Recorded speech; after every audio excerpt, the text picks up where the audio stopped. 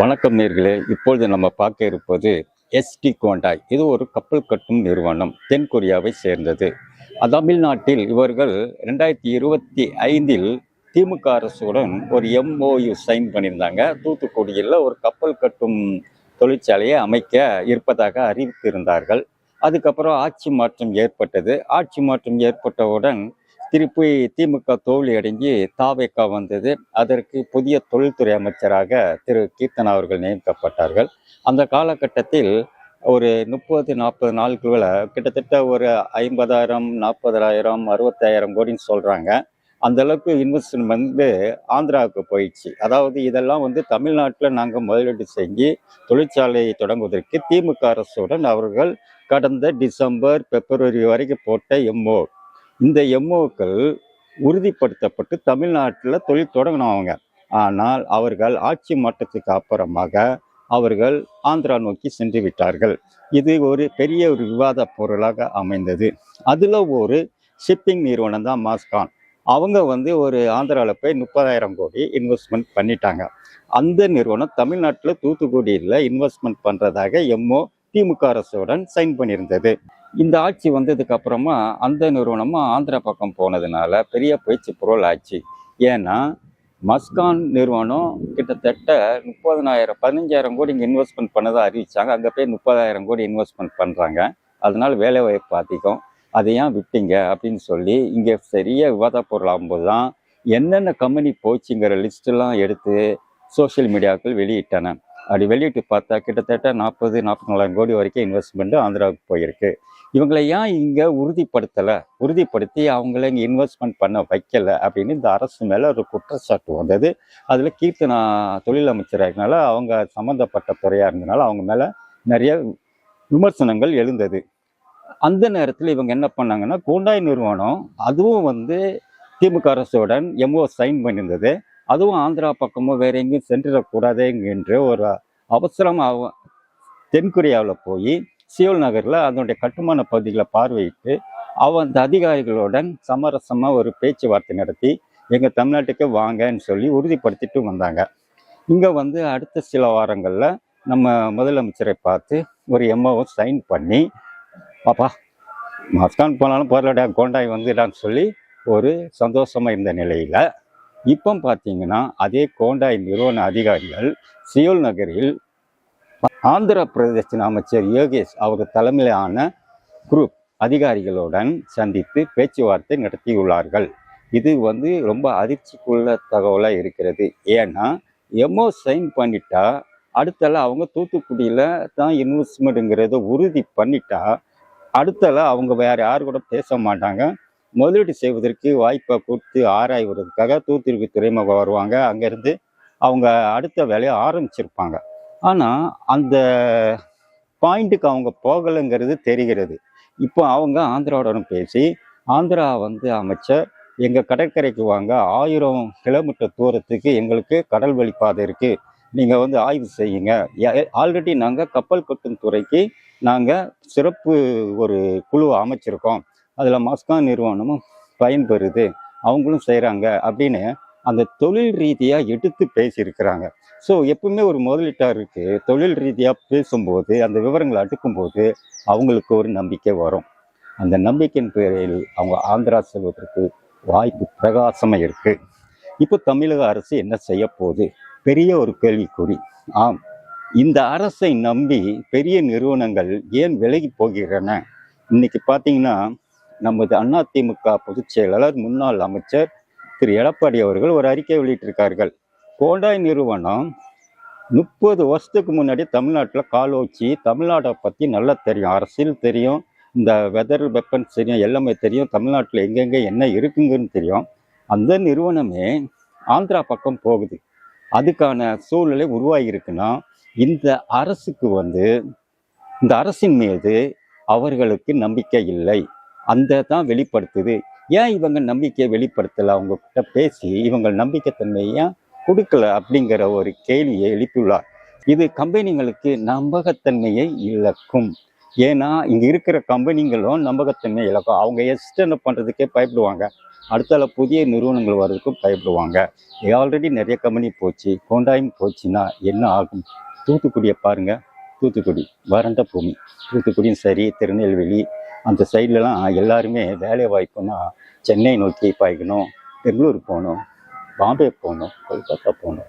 இந்த மாதிரி சூழ்நிலை இருக்கும்போது அந்த தூத்துக்குடி துறைமுகத்தை பயன்படுத்தி அங்கே ஒரு பெரிய ஒரு விமான நிலையத்தை மத்திய அரசு உருவாக்கி கொடுத்தது. அதுக்கு இடம் கொடுத்து அந்த இடத்துல வந்து ஒரு விமான நிலையம் வரணும், எங்களுக்கு பொருளாதார மேம்பாடு வரணும்ன்ட்டு முன்னாடி இந்த திராவிட கட்சிகள் உந்துதன் பேரில் அங்கே உருவாக்கி கொடுத்தன. ஒரு விஷயம் மட்டும் நல்லா தெரிஞ்சுக்குங்க நேயர்களே, நமக்கு எந்த அரசாக இருந்தாலும் பரவாயில்ல, குறைபாடுகள் இருக்கும். போன அரசுல வந்து கமிஷன் வாங்கினாங்க, அது பண்ணாங்கன்னு இவங்க போட்டு நோண்டுறாங்க, இருக்கட்டும். அதில் யார் யார் என்ன தவறு செய்தாங்களோ அவங்களுக்கு தண்டனை கிடைக்கட்டும்.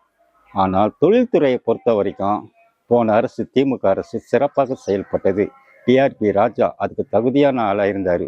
அதுக்கு தேவையான அதிகாரிகளை தமிழ்நாடு கேடினஸ் அதில் ஏகப்பட்ட அதிகாரிகளை போட்டு அவர்களுக்கு தகுந்த மாதிரி வேலை வாய்ப்பு பிரித்து கொடுத்துருந்தாங்க. அவங்க 5 வருடத்தில் கிட்டத்தட்ட 11 லட்சத்துக்கு மேலான முதலீடுகளை தமிழ்நாட்டுக்கு கொண்டு வந்து அதை செயல்படுத்தி காமிச்சாங்க. 70% செயல்படுத்தி காமிச்சாங்க. அதனால தான் டபுள் டிஜிட்டில் எக்கனாமிக்கு கூடிச்சு. அவங்க வந்து திருநெல்வேலி அண்டு இந்த பெல்ட்டு தூத்துக்குடி ட்ரை பூமி, இங்கேருந்து மக்கள் வெளியேறி வேலைக்கு போகிறாங்க, இவங்கெல்லாம் அங்கேயே வேலை வாய்ப்பு உருவாக்கணும்னு அந்த கடற்கரை அந்த கப்பல் துறையும் அந்த தூத்துக்குடி ஏர்போர்ட்டையும் பயன்படுத்தி அங்கே பல முதலீடை கொண்டு வந்தாங்க. அப்படி வந்தது தான் இந்த ஹோண்டாய் நிறுவனம், மஸ்கார் நிறுவனம், ஏன் வின்பாஸ்ட் கார் கம்பெனி. அவங்க வந்து தூத்துக்குடி வந்திருக்காங்கன்னா தமிழக அரசு அவங்களுக்கு கொடுத்த சில வாய்ப்புகள், அங்கே போடுங்க, நாங்கள் இது தாரோம், உங்களுக்கு கிஃப்டாக தாரோம், மானியனில் சில சலுகை தரோன்னு சொல்லி அங்கே போட வச்சாங்க. அதனால என்ன பயன்? ஒரு பெரிய தொழிற்சாலை வந்து அது சார்ந்த சிறு தொழிற்சாலை வந்து வேலை வாய்ப்பு பெருகும். இன்னைக்கு கப்பல் கட்டுமானத்துறையும் அங்கே இந்த மஸ்கான் கம்பெனி போண்டா இங்கே வந்ததுன்னா கிட்டத்தட்ட 70,000 கோடி இன்வெஸ்ட்மெண்ட்டுங்க, 80,000 பேர்கிட்ட வேலை வாய்ப்பு கிடைக்கும். அப்போ இங்கே இருக்க ஆளுங்க பத்தாது, வெளியிருந்த ஆளுங்க வந்து குமிவாங்க. இந்த தூத்துக்குடி சென்னை மாதிரி ஒரு பூமி ஆயிடுங்க. சென்னை இப்போ பெருசாக இன்னைக்கு வளர்ந்துருக்குன்னா தூத்துக்குடி அங்கே இருக்க மாவட்டம், திருவள்ளூர் மாவட்டம், செங்கல்பட்டு மாவட்டம் எவ்வளோ டெவலப் ஆகிருக்கு. அதை மாதிரி திருநெல்வேலி மாவட்டம், நாகர்கோவில், அந்த பக்கம் தூத்துக்குடி, இந்த பக்கம் கோயில்பட்டி, இந்த சைட்லாம் சரியான டெவலப்மெண்ட் கிடைக்குங்க. விமான போக்குவரத்து பெருகும்போது வெளிநாட்டு இணைப்புகள் கிடைக்கும். இங்கேருந்து எல்லாம் போயிடுவோம். நம்ம எந்த ஊருக்கும் வேலைக்கு பொறுத்தவரைங்க இங்கேருந்து நல்லா சாப்பிடலாம், நல்ல வேலை வாய்ப்பு கிடைக்குங்க. இந்த கிராம மக்களுக்கு எவ்வளோ சலுகை கிடைக்கும். ஸோ இதை உணர்ந்து தான் பழைய திமுக அரசு இவ்வளோ விஷயங்கள் செஞ்சது. அதனால தான் அந்த அரசை நாங்கள் பாராட்டுறோம். இப்போ பார்த்தீங்கன்னா இந்த அரசு வந்து ஒரு மாதத்துல ஒரு பானைக்கு ஒரு சோறு பதம்னு சொல்லுவாங்களே, அதை போல தான் இருக்குது. ஒரு மாதத்துல இவ்வளோ இழப்புகள்.